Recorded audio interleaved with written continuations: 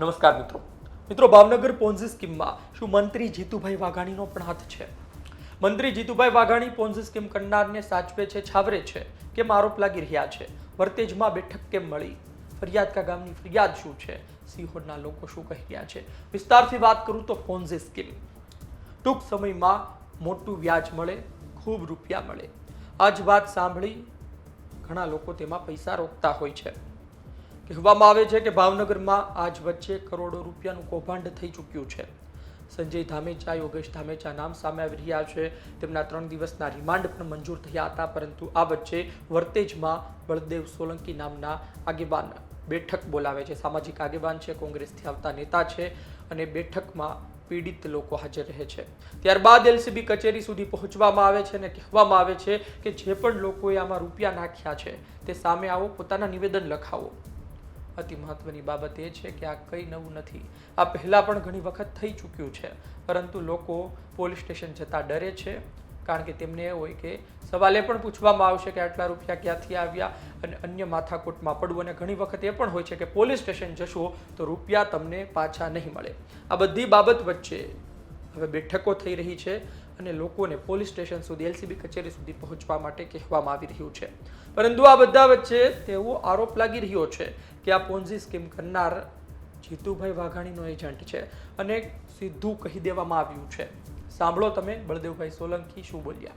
નમસ્કાર, હું બળદેવ સોલંકી. જે રીતે ફરિયાદકા ગામે દર મહિને 20% રોકાણનું વ્યાજ આપવાની સ્કીમ સંજયભાઈ ધામેચા અને યોગેશભાઈ ધામેચા અને અન્ય લોકો દ્વારા જે સ્કીમ બહાર પાડવામાં આવી હતી, એના અનુસંધાને જ્યારે પોલીસ ફરિયાદ થઈ છે ત્યારે જે રીતે લોકોના ભયનો માહોલ હતો, ડરનો માહોલ હતો કે પોલીસ સ્ટેશન જઈએ તો શું થાય, એના માટે થઈને જે અમારા સામાજિક આગેવાનો તમામ લોકોએ ભેગા થઈ અને એક અવેરનેસના ભાગરૂપે પોલીસ સ્ટેશને સૌ સામૂહિક રીતે આવ્યા અને પોલીસે જે રીતે આશ્વાસન આપ્યું કે નહીં, ગમે રોકાણકાર હોય, ગમે ભોગ બનનાર વ્યક્તિ હોય, કોઈ પણ પૈસા રોક્યા હોય એ વ્યક્તિ ચોક્કસપણે એલસીબી કચેરીએ આવે અને પોતાનું નિવેદન આપી શકે છે. જે રીતે જીતુભાઈ વાઘાણીએ આ વ્યક્તિને સાચવો છે 2 મહિના સુધી, આપણે સૌ રોકાણકારો જાણીએ છીએ કે નાના પછાત સમાજના લોકોના પૈસા જે છે એમાં કંઈક ને કંઈક જીતુ જમણવાર જે છે એ પોતાનો મહત્વનો રોલ રાખે છે. એનો પહેલાનો એક એજન્ટ હતો જે ભાવનગર શહેરમાં રહેતો હતો, એનું નામ કંઈક દામુ છે. આ પાછો બીજો એજન્ટ જે છે એ જીતુભાઈનો એજન્ટ છે, જેનું નામ સંજય ધામેચા છે અને યોગેશ ધામેચા છે.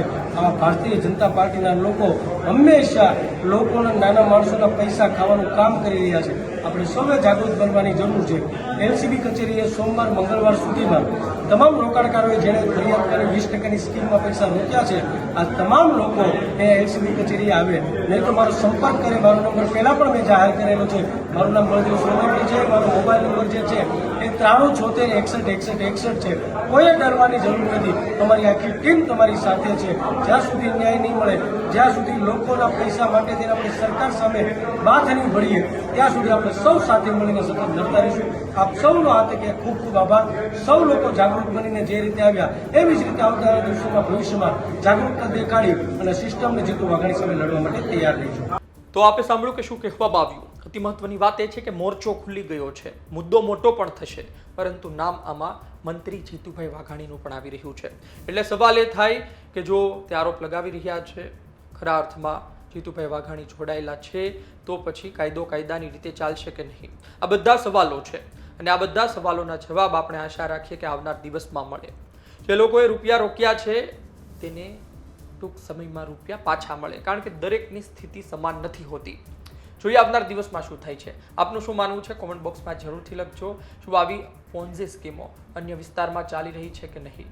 આપ જાણતા હોય તો એ પણ જણાવજો. ધન્યવાદ.